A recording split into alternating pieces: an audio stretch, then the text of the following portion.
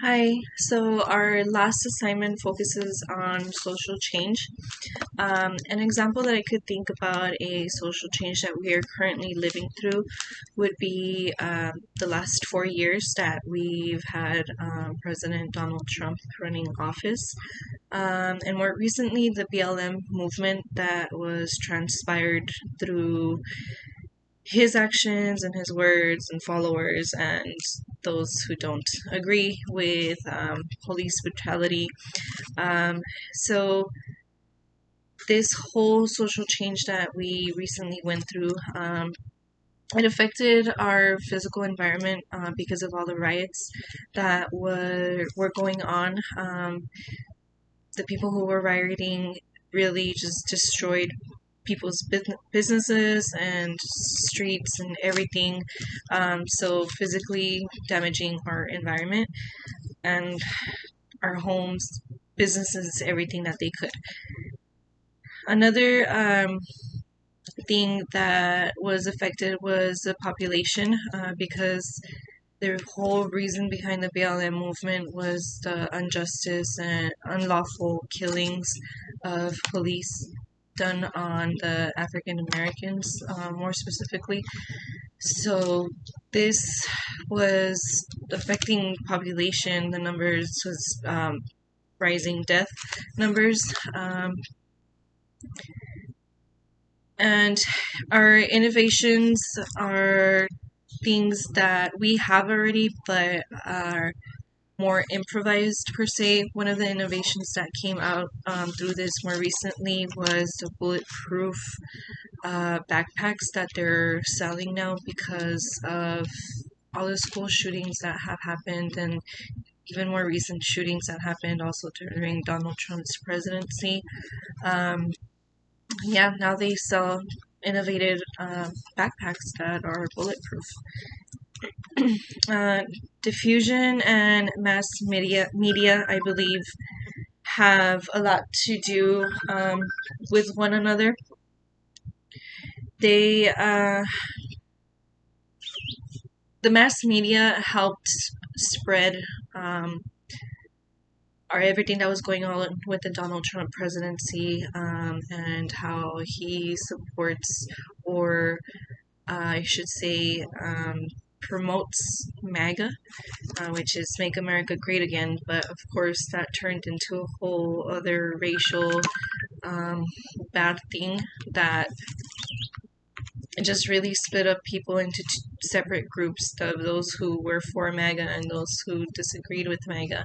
Um, this was something that was an America, United States thing, but MAGA became pretty well known globally, and that was thanks to Facebook and the news media that was showcasting all of this MAGA and whole disaster BLM rioting that happened this whole year.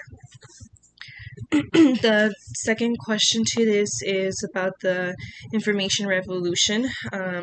So the internet is a very, very, very big impact on this information revolution.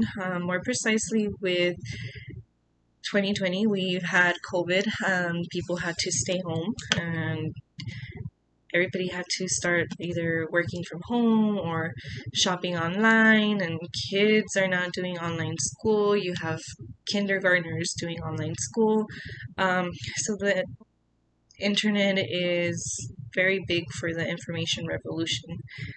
It helps people stay safe with all the virtual doctor's appointments. You don't necessarily have to go now even to be around the really sick people. If you just need a physical appointment or have a couple questions for your doctor, you could just call them and do a whole video thing, and you don't even have to go and present yourself. Now, for future impacts it's going to have, I believe, is going to help people become a lot more maybe self-made, because now you can find a whole lot of like do-it-yourself kind of things on YouTube too, where you don't even have to go and pay anyone to do it, or pay someone to teach you how to do something, because all you got to do is look it up on YouTube and learn it step by step.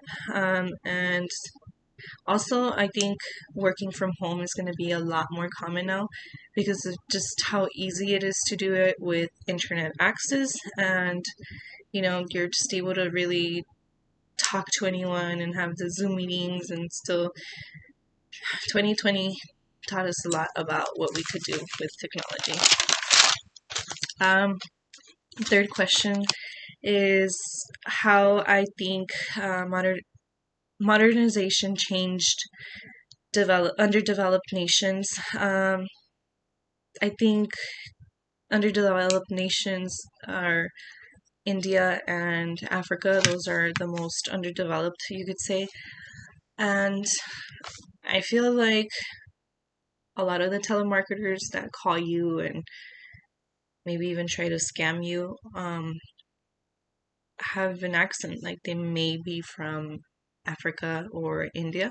So I feel that their access to the internet and to the whole phone system and everything has given them a way to modernize themselves and to try to make a quick buck, as people say, by being able to collect our information and contact us, and maybe if people fall for it, get more information from them voluntarily. The last part, social movements in history.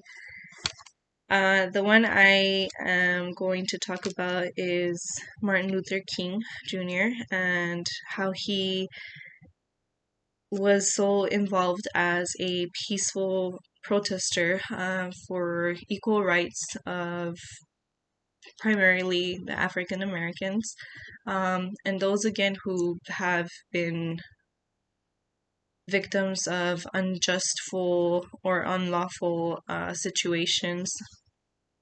He was also an advocate for people with disabilities, and he was just really trying to obtain rights for everyone. And this civil rights movement started around 1955 or so, and it gained us the right to vote. And that's why I believe that now Donald Trump was able to be voted out of office, is because Martin Luther King Jr. fought for the right of everyone to vote, or African Americans precisely, and they stood up and voted for what they believed and what they didn't think was right, and they had a word, thanks to all these social movements that we had and the great voices. And we still continue to go through these social changes and fights and everything, and it's just so sad that we're still having to fight, regardless of being over 50 years of, the social movement